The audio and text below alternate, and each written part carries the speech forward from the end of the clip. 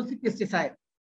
Biopesticide বলবো কি সাধারণত আমরা কি থেকে, ন্যাচারাল ম্যাটেরিয়াল থেকে, সেটা প্লান্টস হোক, এনিম্যাল হোক অথবা ব্যাকটেরিয়া আদার্স মাইক্রো অর্গানিজম থেকে আমরা যদি কোনো মানে এক্সট্রাক্ট আমরা যদি কি করতে পারি, ইনসেক্ট পেস্ট থেকে শুরু করে আমরা ঘটনা আছে কোনো এক হচ্ছে যে তোমার বিভিন্ন ধরনের বায়োলজিক্যাল মানে এবায়োটিক বা বায়োটিক ফ্যাক্টরস এর এগেইনস্টে যদি আমরা অ্যাপ্লাই করে থাকি তাহলে এই ধরনের পেস্টিসাইডকে আমরা বলছি কি biopesticide.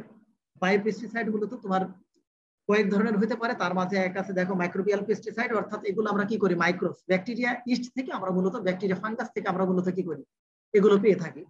Substances found in nature, কিছু কিছু আছে যেগুলো নেচারে এমনি পাওয়া যায়, অলরেডি এগুলো নেচারে সাধারণত পাওয়া যায়। তোমার এক আছে গার্লিক অয়েল আছে, ব্ল্যাক পেপার আছে, কর্ন গ্লুটেন আছে, এগুলো এর সাথে যেমন তোমার আছে পিআইপি প্লান্ট ইনকর্পোরেটেড প্রোটেক্ট্যান্ট, অলরেডি তোমাদের আলোচনা করছে, যেমন ব্যাসিলাস থ্রুজেন্সিস এর মধ্যে একটা জিন থাকে যেটাকে বলছে ব্যাসিলাস বিটি জিন, যেটার মধ্যে সাধারণত কি আছে তোমার অ্যান্টি ইনসেক্টিসাইডাল বা অ্যান্টি পেস্টিসাইডাল প্রপার্টি সাধারণত আছে। আমরা এই জিনটাকে আইসোলেট করতে যদি কোনো প্লান্টের মধ্যে ইনকর্পোরেট করতে পারি তাহলে এটাকে আমরা বলছি কি PIPS অথবা plant incorporated protectants, it is all kinds of কি বায়োপেস্টিসাইড।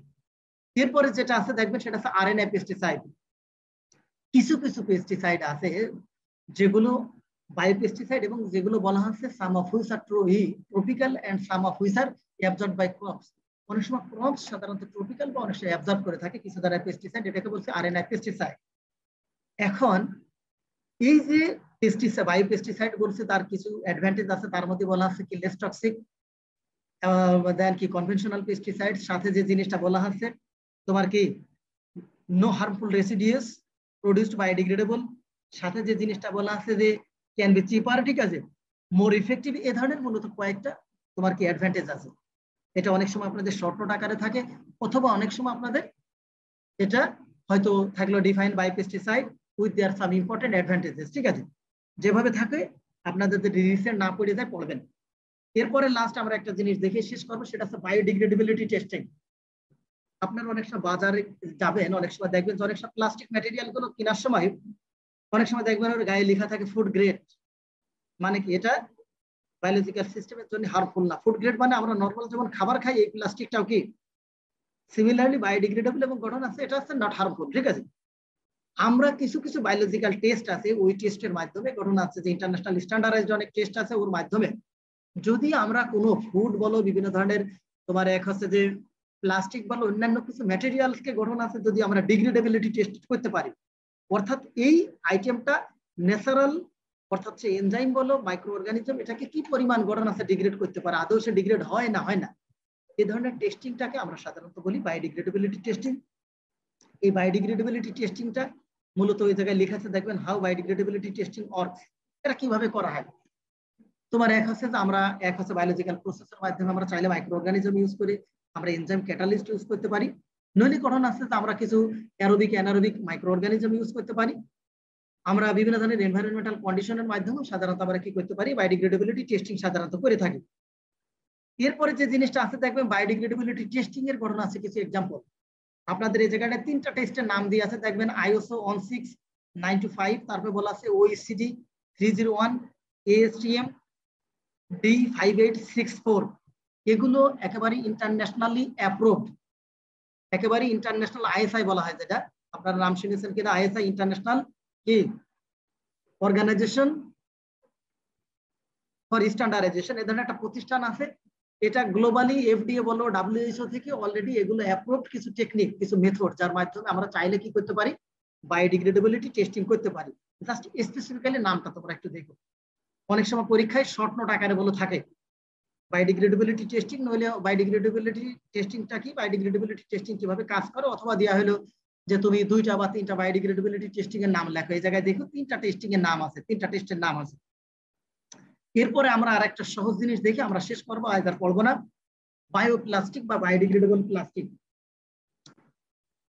কিছু কিছু প্লাস্টিক আছে আমরা চাইলে রিনিউয়েবল বায়োমাস সোর্স বা কি অনেক সময় গঠন আছে ন্যাচারাল ম্যাটেরিয়াল থেকে আমরা সাধারণত তৈরি করতে পারি, যেমন বলা আছে কি ভেজিটেবল ফ্যাট আছে, অয়েল আছে, কর্ন স্টার্চ আছে, মাইক্রোবায়োটা থেকে যদি আমরা সিনথেসিস করি এবং যেগুলো ন্যাচারাল মাইক্রোবস সাধারণত এটাকে কি করতে পারে ডিগ্রেড করতে পারে, এই ধরনের প্লাস্টিককে আমরা কি বলছি বায়োপ্লাস্টিক। তার কিছু ফেসার্স আছে যে easily biodegraded by soil microorganisms, do not pollute the environment, এ ধরনের আরো কিছু তোমার কি ফেসার্স, তোমরা চাইলে এই জায়গায় জাস্ট ডেফিনিশনটা দেখবা, কয়েকটা ফেসার্স দেখবা যদি রিসেন্ট না পড়ে যায়। এই যে বায়োডিগ্রেডেবিলিটি টেস্টিং আমরা তোমার বায়োডিগ্রেডেবল প্লাস্টিকটা সাধারণত আমরা কিভাবে তৈরি করতে পারি, অনেকগুলো স্টেপ আছে। তার মধ্যে ফার্স্ট যে জিনিসটা বলা আছে কি করব, আমরা প্লান্টস এবং মাইক্রো অর্গানিজমকে ফার্স্ট আমরা কি করব, আইডেন্টিফিকেশন এবং সিলেক্ট করব। কিসের জন্য? একটা ট্রানজেনিক প্লান্ট তৈরি করার জন্য। তারপরে বলা আছে কি রিকম্বিনেন্ট ব্যাকটেরিয়া, আমরা একটা রিকম্বিনেন্ট ব্যাকটেরিয়া গঠন আছে মাইক্রো অর্গানিজম ডেভেলপ করব। তার মধ্যে কি থাকবে, একটা ডেজার্ট জিন থাকবে। তারপরে কি করব আমরা, সিলেক্ট ডেজার্ট ব্যাকটেরিয়াল জিন ফর ট্রান্সফরমেশন। আমি এই যে গঠন আছে জিনটাকে কি করব, ট্রান্সফরমেশন করব। তারপরে বলা আছে কি transfer desired bacterial genes into plants by genetic engineering. আমরা কি করব, এই যে ব্যাকটেরিয়াল যে জিনটাকে আমরা প্লান্টস এর মধ্যে ইনকর্পোরেট করব জেনেটিক ইঞ্জিনিয়ারিং টেকনিকের মাধ্যমে। সেটা হচ্ছে আমরা গতকাল তোমাদের অলরেডি আমি দেখাইছি, এটা আমরা রিকম্বিনেন্ট ডিএনএ টেকনোলজির মাধ্যমে সাধারণত কি করতে পারি, কাট আনজিপের মাধ্যমে আমরা করতে পারি। লাস্ট যে পয়েন্টটা বলা আছে production of transgenic plants, transgenic plants আমরা তৈরি করব। লাস্ট যে জিনিসটা বলা আছে হারভেস্টিং দিস ট্রানজেনিক প্লান্টস, তৈরি করার পরে এটাকে আমরা হারভেস্টিং করে আমরা অনেক কপি তৈরি করবো, অনেকগুলো সংখ্যা বৃদ্ধি করবো। তারপরে বলা আছে কি এই প্লান্টস থেকে আমরা বায়োডিগ্রেডেবল পলিমারটাকে আমরা সাধারণত কি করবো, সেপারেশন করবো, করি আমরা কি করবো বায়োডিগ্রেডেবল প্লাস্টিকটা তৈরি করবো। জাস্ট কিছু স্টেপ আছে, তোমরা এটা দেখো। এইটারই কিছু অংশের জায়গায় আছে, দেখো প্লান্টস এর মধ্যে আমরা সাধারণত পিএ, পিএইচএস এবং পিএইচবিএস, পলিহাইড্রক্সি অ্যালকানয়েডস এবং পলিহাইড্রক্সি বিউটারেটস নামক কি থাকে, এই বায়োপলিমার গুলো সাধারণত আমরা পাই, যেটা দুটো স্পিসিস নাম দিয়ে আছে দেখেন, অ্যালকালিজিনস ইউট্রোপাস, আর একটাকে বলা হচ্ছে কি এই জায়গাটায় তোমার আরেকটা স্পিসিস আছে নিচের দিকে, সেটা হচ্ছে তোমার পটেটো এবং অ্যারাবিডোপসিস, এই ধরনের স্পিসিস এর মধ্যে থাকে এবং এমনকি তোমার গঠন আছেও থাকে। তোমার ব্যাসিলাস মেগাটেরিয়াম স্পিসিস এর মধ্যে আমরা এই ধরনের বায়োপলিমার সাধারণত পাই। এই বায়োপলিমার গুলোকে এক্সট্রাক্ট করার পরে আমরা কি করব, এটাকে গঠন আছে একটা প্লান্টস এর মধ্যে কি করব, ইনকর্পোরেট করে ট্রানজেনিক প্লান্টস তৈরি করব। ট্রানজেনিক প্লান্টস তৈরি করব এবং এই ট্রানজেনিক প্লান্টস থেকে আমরা ফাইনালি কি করব, গঠন আছে তোমার কি করব, এই বায়োডিগ্রেডেবল পলিমারটাকে মূলত আমরা সাধারণত কি করব, তোমার ফাইনালি সেপারেট করব ফর দ্য প্রোডাকশন অফ কি বায়োপ্লাস্টিক।